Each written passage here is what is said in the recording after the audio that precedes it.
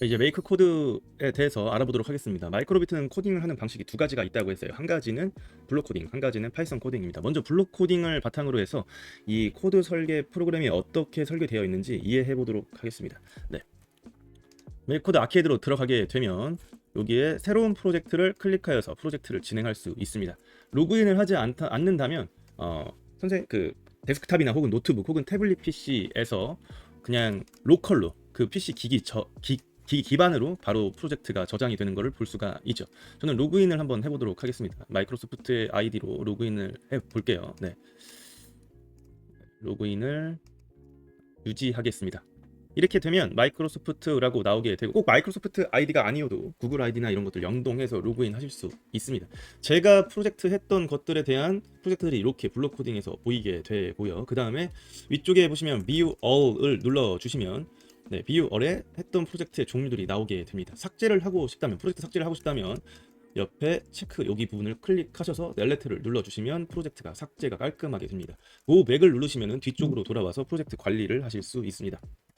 아래쪽 내려보시면은 튜토리얼로 어떻게 코드를 설계해야 되는지 다시 한번 제공해주는 그 프로젝트의 형태가 있고요. 그 다음에 튜토리얼 for new microbit라고 해서 V2 버전 2에 나와 있는 마이크로비트에 대한 예시들이 또 이렇게 제공되고 있죠. 네, blow away 이렇게 해서 그 바람을 불었을 때 마이크로비트에서 뭔가 아웃풋이 되는, 출력이 되는 그런 형태의 프로젝트들이 또 제공이 되고 있네요. 네, 그리고 간단한 게임, 그리고 라이브 코딩이라고 어떤 아저씨께서 자기 따님하고 같이 이렇게 진행을 하고 있습니다. 이분께서도 유튜브 채널을 운영하고 계세요.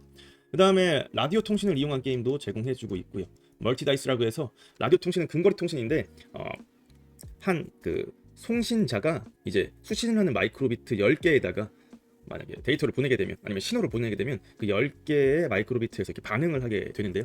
그 짧은 거리 안에서 이러한 프로젝트를 진행을 할 수 있습니다. 네, 그래서 그리고 패션, 뮤직 여러 가지 형태의 프로젝트들을 계속 제공하고 있으니까요. 네, 요걸 한번 참고하셔서 활용해 보시면 좋을 것 같습니다. 저희는 그냥 구조만 먼저 알아보도록 할게요. 뉴 프로젝트를 눌러주시면 Give your project a name이라고 해서 프로젝트 네임을 입력하게 나오게 됩니다. 테스트라고 입력하고 엔터를 치고 들어가면 Creating New Project라고 해서 여기에 코드를 짤 수 있는 창이 나오고, 그 다음에 이쪽에는 이렇게 이 마이크로비트 라이브러리에 근거한 간단한 모듈들이 이렇게 들어가 있는 걸 볼 수 있고요. 여기 왼쪽은 시뮬레이터로서 마이크로비트 자체를 직접 이렇게 연결하지 않아도, 지금 제가 컴퓨터에 이렇게 연결을 해놨거든요. 연결하지 않아도 시뮬레이터에서 바로 볼 수 있게 되어 있죠. 네, 코드 설계한 것을 바로 시뮬레이터로 돌려볼 수 있게끔 제공이 되고 있습니다. 다만 진짜로 넣어보고서는 마이크로비트에서 한번 돌려보는 것도 좋겠죠. 이렇게 돌려보는 것도 좋은데 그런 환경이 아닌 경우에, 마이크로비트를 구매할 수 없다 하면은 시뮬레이터로 돌려보고 이 알고리즘 설계에 대한 이해 정도 해보는 것도 교육적으로 매우 좋다고 생각을 합니다. 중요한 것은 이렇게 되어 있는 요 구조인데요. 이 구조를 잘 이해하면은 굳이 코드를 여러 가지 코드, 블록 코드 이런 것들 프로젝트를 따라가지 않더라도 구조를 바탕으로 좀 이해해 볼 수 있습니다. 그리고 이렇게 좀 인사이트 있게끔 코드를 짤 수 있거든요. 그리고 두 번째 추천해 드리는 방식은 오른쪽 위쪽 보면은 이렇게 프로필 옆에 설정이 나오게 되는데, 이 설정에서 코드를 프린트할 수도 있고요. 이 프로젝트 자체를 지울 수도 있고, 그 다음에 코드를 어떻게 수정했는지 버전 히스토리를 확인할 수 있습니다. 코딩이라고 하는 건 그 버전에 대한 계속 수정을 하게 되거든요. 코딩 자체를 그 목적에 근거해서 기능을 하게끔 코드를 설계를 계속 하게 되는데, 그 과정에서 다양한 형태로 버전을 수정하는데 잘못 수정된 버전이 있다고 하면 이전 걸로 돌아가고 싶겠죠. 그래서 그 버전 히스토리를 보는 것도 교육을 할 수 있죠. 실제 이제 기터브 이제 코드를 공유하는 사이트가 있는데, 그 기터브에다가 코드를 공유해서 협업을 할 때 다른 사람이 내가 잘된 코드를 제공을 했는데 다른 어떤 개발자가 수정을 했을 때 그 다시 버전을 돌아가는 형태에 대한 일들도 발생하니까요. 그것에 대한 교육도 같이 중요하게 확인하면서 볼 수 있습니다. 네, 그리고 프로젝트 세팅을 눌러주시면 여기에 블루투스를 연결하겠습니까? 이런 것들이 나와요. 이건 지금은 굳이, 아니면 여기 보면은 패스키 페어링, 패스키를 이용해서 페어링을 할 것입니까? 블루투스를, 이런 건데 건드리지 않으셔도 상관은 없습니다. 그 다음에 익스텐션이라고 나옵니다. 익스텐션 클릭을 하게 되면 마이크로비트의 기본 기능보다 더 다양한 프로젝트를 진행하고 싶을 때 익스텐션을 이용해서 확장을 해주게 되는데요. 예를 들어서 서버 모터라고 하는 걸 구동시켜 주고 싶다 할 때 서버 모터를 한번 찾아보면요. 스펠링이 틀렸죠. 네.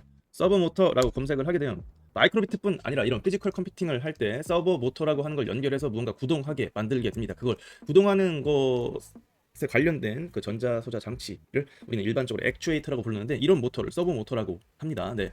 그래서 이 서브 모터를 구동을 하고 싶을 때는 마이크로비트 자체로는 구동이 어렵기 때문에 이런 확장 그 익스텐션 모듈을 설치를 해서 또 쉽게 코드를 짜게끔 되어 있습니다. 네, 이거는 추후에 설명해 드리도록 할게요. 네. 그리고 여기에 보시면 랭귀지를 선택할 수 있죠. 한국어도 물론 제공은 하지만 저는 코드를 짤 때는 그냥 영어로 그 자체로 보는 것을 추천해 드립니다. 어차피 저희가 나중에 텍스트 코딩을 바탕으로 해서 그 다음에 AI와 같이 코드를 설계를 하게 될 건데 그때 한글로 코드를 설계하지는 않습니다. 따라서 그냥 영어에 익숙해지는 것을 추천해 드리고 그것 또한 교육이라 생각하기 때문에 네, 그렇게 진행을 해주시면 감사할 것 같습니다. 하이 컨트라스트 ON을 눌러주시면 이렇게 고대비로 바뀌게 됩니다. 보기는 편한데 네, 눈이 좀 더 아플 수도 있어요. 네, 근데 잘 보이긴 하죠. 네, 이렇게 저는 다시 네, 그린 스크린을 키워볼까요? 네, 이거는 색약을 위한 부분이고요. 네, 하이 컨트라스트 ON을 끄겠습니다. 네, 그리고 리셋을 누르게 되면 모든 프로젝트를 클리어하게 됩니다. 네, 그래서 잘 하다가 안 되면 그냥 리셋 한번 눌러주시면 다 클리어하고 처음부터 다시 코드를 짤 수 있게 되겠죠.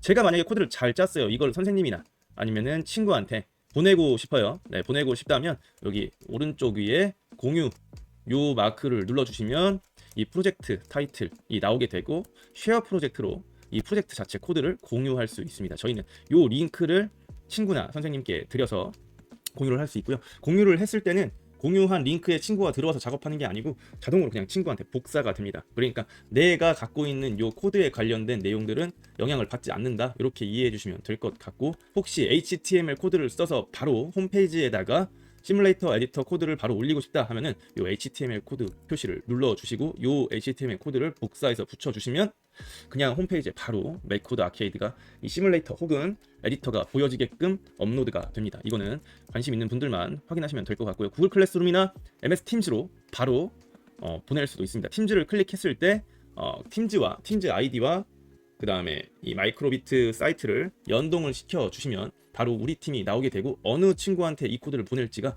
이렇게 연동이 되는 걸 볼 수 있습니다. 네. 그래서 이렇게 바로 친구들한테도 혹은 선생님한테도 LMS 시스템으로 보낼 수도 있다. 요거까지 확인해 주시면 좋을 것 같아요. 이게 기본 그 아이디, 블록 코드 아이디의 기본 인터페이스라고 보시면 될 것 같습니다. 여기에 만약에 LED를 켜는 코드를 하나 만들어 보도록 하겠습니다. 네. 여기서 중요한 게 뭐냐면 만들기 전에 제가 아까 이게 모듈이라고 했거든요. 네, 여기서 꼭 이해해야 될 부분이 무엇이냐면 라이브러리라고 하는 것이 있습니다. 라이브러리 코드를 짜다 보면 네, 라이브러리가 있고요. 그 다음에 패키지라고 하는 말이 또 나와요. 좀 헷갈려요. 이게 패키지. 그 다음에 모듈이라고 하는 말이 나오고요. 그 다음에 모듈 밑에 클래스라고 하는 게 있고 그 밑에 함수, 우리가 수학에서 배웠던 펑션이라고 하는 게 또 있습니다. 네, 이 위계를 쉽게 이해할 때는 이렇게, 이게 제일 큰 거, 네, 제일 큰 거고 그 다음에 이게 제일 작은 거라고 보시면 되고요. 요 위에서부터 아래로 이렇게 내려간다라고 보시면 되겠습니다. 저희는 결국은 기초 문법을 배우고 파이썬 기초 문법이나 어떤 알고리즘을 배우게 되면 함수까지 배우게 되고 조금 깊이 배우면 클래스까지 배우게 되는데 이 다음부터 저희가 어떤 목적을 하는 모듈이나 라이브러리를 만드는 쪽으로 가게 되면 그건 완전히 컴퓨터 사이언티스트가 되는 거고요. 저희는 알고리즘 다른 사람이 만들어 놓은 것을 바탕으로 우리가 기본적으로 익힌 기초 문법 코드를 바탕으로 이 라이브러리와 그 안에 있는 모듈을 희석해서 어떤 목적에 맞게끔 프로젝트를 진행한다라고 하면은 그냥 저처럼 취미로 하는 개발자가 되는 겁니다. 네, 글씨가 정말 이상한데 죄송합니다. 네.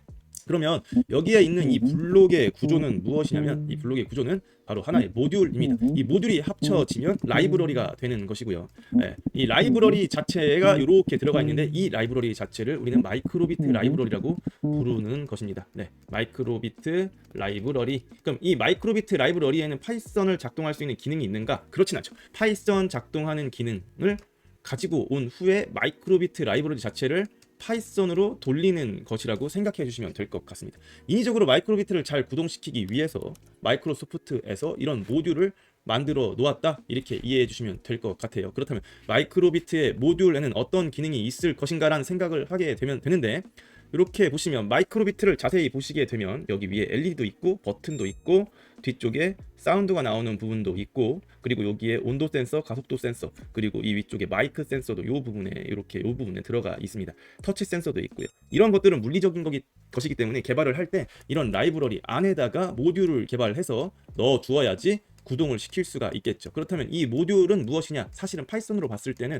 하나의 파이썬 파일입니다. 예를 들어서 실제 이 라이브러리를 까보게 되면 basic.py라고 하는 파일이 들어가 있을 겁니다. 이 py라고 하는 파일 안에는 무엇이 있겠어요? 딱 했을 때 이런 함수들이 들어가 있는 거죠. 이 함수가 모여져 있는 집합을 베이직이라고 하는 클래스라고 보시면 되겠습니다. 사실 이건 클래스는 아니에요. 요 모듈 자체는 사실 지금 클래스가 없어요. 전혀 없고 그냥 이 모듈, 이 파이썬 파일 안에 show number 괄호라고 하는 함수가 들어가 있는 겁니다. 아직 이해가 잘 안 되시지만 이렇게 함수가 설계가 되어 있고 그 함수를 드래그해서 넣게 되면 이 함수의 기능을 하게끔 블록 코드를 우리가 제어할 수 있죠. 네, 이렇게 해서 만약에 여기서 시뮬레이터를 했다 그러면 마이크로비트에 X 표시가 뜨는데 이 show LED라고 하는 이 블록의 함수 형태는 우리가 손가락으로 마우스를 클릭해서 이 LED를 찍었을 때 여기에 불이 들어오게끔 도와주는 펑션일 뿐입니다.